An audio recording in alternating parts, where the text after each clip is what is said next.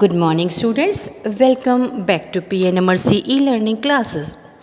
So, in continuation of chapter number 2, that is nutrition in animals, let's start our video with the topic position of taste buds in tongue.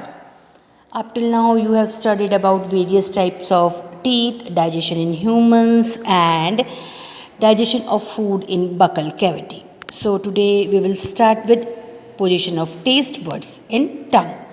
For that, we have to perform an activity. Page number 15, activity 2.4. Prepare a separate sample each of a sugar solution, common salt solution, lemon juice and a juice of crushed Neem leaves और bitter gourd. अब आपने क्या किया, अलग अलग एक solution बना लिया, या आप समझ लिए अलग अलग टेस्ट रख लिया आपने. एक तो शुगर का टेस्ट सॉल्यूशन रखा, एक कॉमन सॉल्ट का सॉल्यूशन रखा, एक लेमन जूस का सॉल्यूशन रखा, और एक आपने बिटर कोई भी कड़वा, जैसे कि आप समझ लो नीम लीव्स को क्रश करके उसका सॉल्यूशन बना लिया, या आपने करेले बिटर गॉड को क्रश करके उसका एक छोटा सा पानी में घोल के सॉल्यूशन बना लिया. ऐसे अलग अलग अलग सॉल्यूशन आपने बना लिए. फिर क्या किया, blindfold your one of your classmate and ask her or him to take out the tongue and keep it in a straight and a flat position. अब आपने क्या किया, अपने दोस्त को बुलाया, उसके आँख पे पट्टी बांधी और उसको उसकी जीभ बाहर निकलवा के और अलग अलग जगहों पर आपने हर एक टेस्ट को रख दिया. Use a clean toothpick to put the above samples one by one on the different areas of the tongue as shown in figure 2.6. अब 2.6 पे आपको अलग अलग एरियाज़ दिखाए गए हैं. उन एरियाज़ के ऊपर अलग अलग जगह पर आपने फ्रेंड की टंग के ऊपर आपने टूथपिक की मदद से आपने अलग अलग टेस्ट को, जो आपने सॉल्यूशंस बनाए हैं, उनको रख दिया. ठीक है. Use a new toothpick for each sample. और इस बात का ख्याल रखिएगा कि जहाँ पर भी आप अपना कोई भी आप सॉल्यूशन रखते हैं तो उसके लिए एक नया टूथपिक का इस्तेमाल करें, पुराना वाला नहीं. Ask the classmate which area of the tongue could detect the sweet, अब सॉल्टी, सोर एंड बिटर सब्सटेंसेस. अब अपने दोस्त से ये पूछिए कि टंग के कौन से एरिया के अंदर वो स्वीट टेस्ट को पहचान पाता है, कौन से एरिया में वो सॉल्टी को पहचान पाता है, और कौन से एरिया में, टंग के कौन से एरिया में वो सोर या बिटर टेस्ट को पहचान पाता है. Now write down the observation and table in figure 2.6. और 2.6 में आप उसके अंदर बताएंगे, लिखेंगे, अंडरलाइन करेंगे कि कहाँ पर कौन से एरिया में आपको कौन सा टेस्ट जो है वो महसूस किया गया. Students, I will give you a diagram regarding this that which area can detect which type of taste. मैं आपको डायग्राम अभी दूंगी इसी स्लाइड के अंदर. You have to draw that diagram in your notebook. Okay? Repeat this activity with other classmate. See student, this is a figure of a tongue in which different regions are shown, in which different type of taste buds are located. You have to draw this figure in your notebook and then you have to color it also. These different regions show the different type of taste. So student, you have to draw it. Now students, our topic is the food pipe or esophagus. The swallowed food passes into the food pipe or esophagus. Look at the figure 2.7. 2.7 में आप देखो अपने figure, page number 15 में आपको oesophagus दिख रहा है. उसके अंदर फूड कैसे ट्रेवल करता है वो भी आपको दिखाया गया है. The food pipe runs along the neck. अब फूड पाइप का पोजीशन क्या होती है, कहाँ पर मिलती है फूड पाइप या ईसोफिगस कहाँ होती है, हमारी नेक में, बिल्कुल एकदम विंड पाइप के बाजू में. जो विंड पाइप है और जो ईसोफिगर है, बिल्कुल दोनों के दोनों एडजेसेंट जो है वो रन करती है, साथ साथ में एडजेसेंट रन करती हैं. तो जो फूड है जो हम बकल कैविटी में लेते हैं, माउथ से लेते हैं, वो कहाँ से स्टमक में पहुंचता है, थ्रू ईसोफिगस. पहली wants to know how food moves in the opposite direction during vomiting. Vomiting के अंदर पहली ये फाइंड आउट करना चाहती है, कई बार आपको होता है ना वोमिटिंग आती है तो क्या होता है, मुंह से जो खाना स्टमक की तरफ जाना चाहिए उसकी जगह उल्टी डायरेक्शन में आता है, स्टमक से सीधा मुंह की तरफ आता है. ऐसा क्यों होता है, that you have to find out. So as I told you students that food pipe runs along the neck and the chest.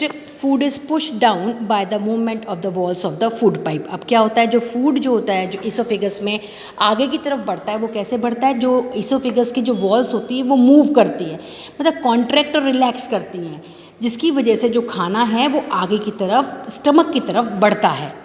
Actually, this movement takes place throughout the alimentary canal and pushes the food downward. ये oesophagus में ये नहीं होता, ये पूरी alimentary canal में यही movement होता है, जिसकी वजह से जो फूड है वो आगे की तरफ बढ़ता है।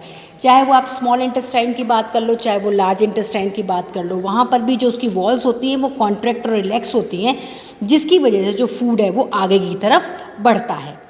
At times the food is not accepted by our stomach and is vomited out. Recall the instance when you vomited after eating and think of the reason for it. कई बार ऐसा भी होता है कि खाना जो है आपका जो है वो एलिमेंट्री कैनाल की ओर ना जाके या स्टमक की ओर ना जाके स्टमक से बाहर आपके मुंह की तरफ आता है, जब कभी आपको पेट में कोई गड़बड़ होती है और आपका जो स्टमक है वो उस खाने को बाहर फेंकता है in the form of vomiting.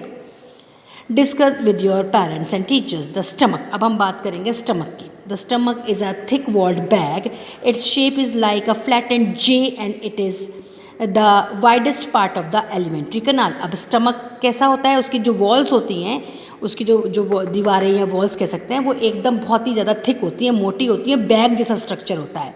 उसका शेप कैसा होता है, बैग जैसा, और उसका शेप, बैग का शेप क्या होता है, जे शेप का होता है, फ्लैट एंड जे शेप का, and is the widest part of the alimentary canal, और सबसे वाइड पार्ट है आपका एलिमेंट्री कैनाल का। It receive the food from the food pipe at one end opens into the small intestine at the other. Starting कहाँ से होती है, oesophagus जो है अपना खाना किस में डाल देता है, आपके स्टमक में। तो जो उसका माउथ जो होता है स्टमक का, वो होता है इसोफिगस से जुड़ा हुआ होता है, और लास्ट जो होता है उसकी ओपनिंग जो होती है, लास्ट जो एंड होता है, सॉरी एंड जो होता है वो स्मॉल इंटेस्टाइन से जुड़ा हुआ होता है। The inner lining of the stomach secrete mucus, hydrochloric acid and digestive juices. Important है ये बच्चों, जो स्टमक की जो लाइनिंग होती है, दीवारें जो होती हैं, वो जूसेस निकालती हैं। सीक्रेट म्यूकस, उसको क्या बोलते हैं, म्यूकस, साथ में हाइड्रोक्लोरिक एसिड भी निकालती हैं और अदर डाइजेस्टिव जूसेस भी सीक्रेट करती हैं। Then mucus protect the lining of the stomach. और म्यूकस का काम क्या है, वो करता है, प्रोटेक्ट करता है स्टमक की लाइनिंग को। The acid kills many bacteria that enters along with the food and make the medium in the stomach acidic and helps the digestive juices to act. अब एसिड का क्या काम है, एसिड का काम है जो भी बैक्टीरिया आपके फूड के साथ आपके स्टमक में आते हैं उनको मारना, ठीक है। और इसके साथ में क्या करता है, एक मीडियम बनाता है, एसिडिक मीडियम बनाता है, जिसकी वजह से बाकी के जो डाइजेस्टिव जूसेस जो उसकी वॉल्स में से निकलते हैं स्टमक की, वो एक्शन में आते हैं। The digestive juices break down the proteins into simpler substances. अब आपके स्टमक में क्या डाइजेस्ट होता है, प्रोटीन। तो द डाइजेस्टिव जूसेस जो आपकी स्टमक की लाइनिंग में से निकलते हैं, वो ब्रेक डाउन करते हैं प्रोटीन्स इनटू सिंपलर सब्सटेंसेस। अब आई बात आपकी स्मॉल इंटेस्टाइन की। The small intestine is highly coiled and about 7.5 metres long. तो अभी मैंने आपको पहले बताया था 7 मीटर या 7.5 मीटर जितनी लंबी होती है, और हाईली कॉइल्ड, एकदम कॉइल्ड फॉर्म में होती है, जैसे स्प्रिंग होती है ना कॉइल्ड, ऐसी फॉर्म में होती है। It received secretion from the liver and the pancreas. अब जो स्मॉल इंटेस्टाइन्स है उसमें से रिसीव करती है वो सिक्रीशन, जूसेस जो है लीवर में से निकलने वाले जूसेस और पेंक्रियाज में से निकलने वाले जूसेस को रिसीव करती है। Beside it's walls also secrete juices. इसके अलावा उसकी वॉल्स भी कुछ जो है जूसेस सिक्रीट करती हैं, जो डाइजेशन में, फूड के डाइजेशन में काम आता है। तो आपके स्मॉल इंटेस्टाइन में लीवर से निकलने वाले जूसेस, पेंक्रियाज से निकलने वाले जूसेस और खुद के वॉल से निकलने वाले जूसेस, तीनों तरह के जूसेस मिक्स होते हैं।